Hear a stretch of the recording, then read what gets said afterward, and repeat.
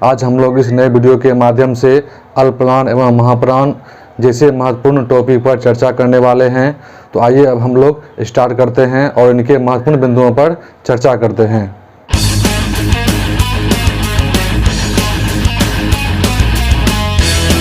आज का टॉपिक है अल्पप्राण। तो आइए हम लोग पहले इसके परिभाषा को देख लेते हैं। ऐसा वर्ण जिनके उच्चारण में हकार की ध्वनि उत्पन्न नहीं होती है उसे अल्पप्राण कहा जाता है। यानी कि अल्पप्राण जो होते हैं ऐसा वर्ण होता है इनके उच्चारण में हकार की ध्वनि उत्पन्न बिल्कुल नहीं होती है, या ऐसे वर्ण जिनके उच्चारण में वायु की मात्रा सामान्य रहती है। यानी जब हम उच्चारण करते हैं तो इनके उच्चारण में क्या होता है कि वायु की मात्रा कम होती है, यानी इसको बोलने में कम प्रेशर का प्रयोग होता है। तो ऐसे वर्ण को हम लोग जो क्या है अल्पप्राण कहते हैं। तो आइए अब हम लोग अल्पप्राण के उदाहरण को देखते हैं। हम लोग इसमें समझेंगे कि अल्पप्राण की कुल संख्या कितनी होती है, इसके बारे में हम लोग इसमें जानकारी प्राप्त करेंगे। तो मैं बता दूं कि कोवर्ग से लेकर पौवर्ग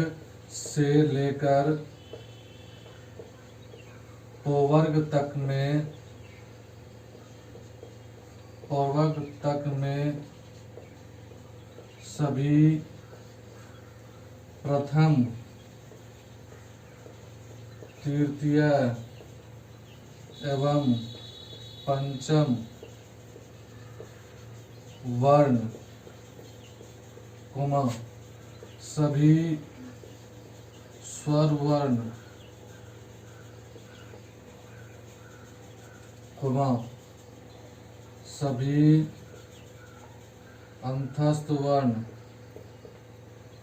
सभी अंतस्थ वर्ण एवं अंग आते हैं। आप लोग इसको एक बार ध्यान से देख लें। कोवर्ग से लेकर पौवर्ग तक में सभी प्रथम, तृतीय एवं पंचम वर्ण, सभी स्वर वर्ण, सभी अंतस्थ वर्ण एवं अंग आते हैं। यानी कि ये जितने भी वर्ण हैं सभी अल्पप्राण के अंतर्गत आते हैं। आइए हम लोग एक बार देख लेते हैं कैसे। कोवर्ग के अंतर्गत क, ख, ग, घ और अंगो आता है। चौवर्ग के अंतर्गत चो, छो, जो, झो और यूं आता है। टोवर्ग के अंतर्गत टो, ठो, डो, ढो और नो आता है। तोवर्ग के अंतर्गत तो, थो, दो, धो और नो आता है। एवं पोवर्ग के अंतर्गत पो, फो, बो, भो और मो आता है। तो कोवर्ग का लेना है पहला अक्षर और तृतीय अक्षर और पांचवा अक्षर। चौवर्ग का भी लेना है पहला अक्षर, तृतीय अक्षर और पंचम अक्षर। और टोवर्ग का भी लेना है पहला अक्षर, तृतीय अक्षर और पंचम अक्षर। टोवर्ग का भी लेना है पहला अक्षर, तृतीय अक्षर और पंचम अक्षर। और पौवर्ग का भी लेना है पहला अक्षर, तृतीय अक्षर और पंचम अक्षर। और इनको हम लोग काउंट करें 1 2 3 4 5 6 7 8 9 10 11 12 13 14 15, यानी कि इनमें से कुल आया 15। और प्लस यहाँ पे लिखा हुआ है सभी स्वर वर्ण। और मैंने आप लोग को पिछले वाले वीडियो में बताया है कि स्वर वर्णों की संख्या कुल 11 होती है। तो 11 स्वर वर्ण हो गए। उसके बाद यहाँ पर आया है सभी अंतस्थ वर्ण। और मैंने आप लोगों को पिछले वाले वीडियो में बताया है कि अंतस्थ वर्ण की कुल संख्या जो होती है वह 4 होती है। तो अंतस्थ वर्ण कुल 4 हो गए और लास्ट में बच जाते हैं अंग, इसकी संख्या भी 1 हो गए। टोटल मिला के इसको अगर काउंटिंग करते हैं टोटल होता है 31।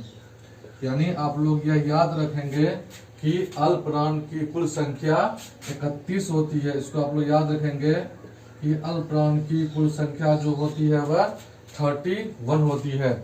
यह क्वेश्चन आपके बहुत सारे एग्जाम में पूछा जा चुका है। आप कोई भी कंपटीशन का एग्जाम देते हैं, उन एग्जाम में भी ये क्वेश्चन बहुत बार रिपीट किया गया है। तो आप लोग इसको एक बार जरूर याद रखेंगे कि अल्पप्राण की कुल संख्या जो होती है वह 31 होती है। स्टार्ट करते हैं महाप्राण। तो इसका परिभाषा होता है ऐसा वर्ण जिनके उच्चारण में हकार ध्वनि का प्रयोग होता है उसे महाप्राण कहते हैं। मैं फिर से एक बार परिभाषा दोहरा देता हूँ। ऐसा वर्ण जिनके उच्चारण में हकार ध्वनि का प्रयोग होता है उसे महाप्राण कहा जाता है। इसके उच्चारण में वायु की मात्रा पर्याप्त होती है, यानी जब हम इसका उच्चारण करते हैं तो इसमें उतना प्रेशर नहीं होता है, यह काफ़ी इजीली हम बोला चला जाता है। तो कोवर्ग से लेकर पोवर्ग तक में सभी द्वितीय एवं चतुर्थ वर्ण एवं सभी उपवर्ण अह सभी जो हैं महाप्राण के अंतर्गत आते हैं। तो को के अंतर्गत खो हो गया और घो हो गया, चोवर के अंतर्गत छो हो गया और झो हो गया, टोवर के अंतर्गत ठो हो गया और ढो हो गया, टोवर के अंतर्गत थो हो गया और धो हो गया, पोवर के अंतर्गत फो हो गया और बो हो गया। ये सभी इनके द्वितीय वर्ण हैं और इनके सभी चतुर्थ वर्ण हैं। इनको अगर काउंट करते हैं तो वह कुल संख्या 10 होती है। उसके अलावा सभी उस वर्ण आते हैं और उस वर्ण की संख्या जो होती है 4 होती है। मैंने आपको पिछले वाले वीडियो में बताया था कि उस वर्ण की संख्या 4 होती है। तालव्य स्व, मूर्धन्य स्व, दंत स्व और हो, इन सभी को उस वर्ण कहा जाता है। इसके अलावा अंतर्गत अह जिनकी संख्या जो है 1 है। इन सबको अगर काउंट करते हैं तो इनकी टोटल संख्या 15 होती है। तो आप लोग इसको याद रखेंगे कि महाप्राण की कुल संख्या 15 होती है। यह आपके बहुत सारे कंपटीशन एग्जाम में भी यह क्वेश्चन बार बार पूछे जाते हैं कि महाप्राण की संख्या कितनी होती है। तो आप लोग को बताना है कि महाप्राण की कुल संख्या जो होती है वह 15 होती है। तो आइए हम लोग एक बार फिर से देख लेते हैं कि आज के वीडियो में हम लोगों ने क्या क्या पढ़ा, उसके बारे में वह हम लोग फिर से जानकारी प्राप्त कर लेते हैं। तो आज के वीडियो में हम लोगों ने पढ़ा था अल्पप्राण और महाप्राण। तो हम लोग इसके बारे में फिर से कुछ जानकारी प्राप्त कर लेते हैं।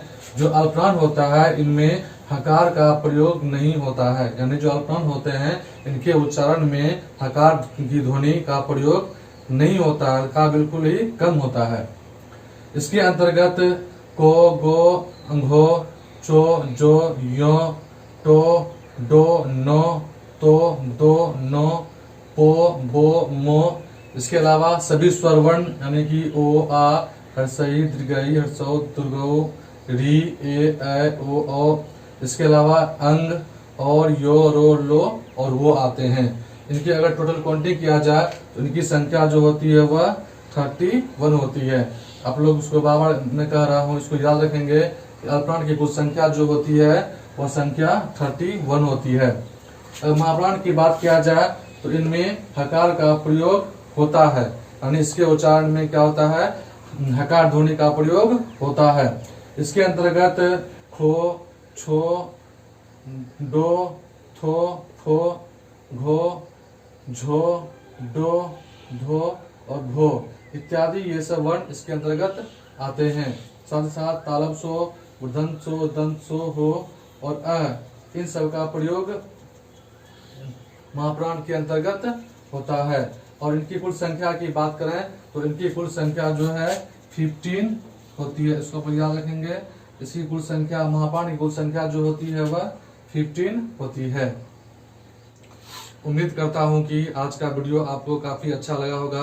अगर मेरा यह वीडियो आपको अच्छा लगे तो कृपया मेरे चैनल को जरूर सब्सक्राइब करें और बेल आइकन दबा दें, ताकि मैं इस तरह के जो भी वीडियो अपलोड करूं वह सबसे पहले आपको प्राप्त हो।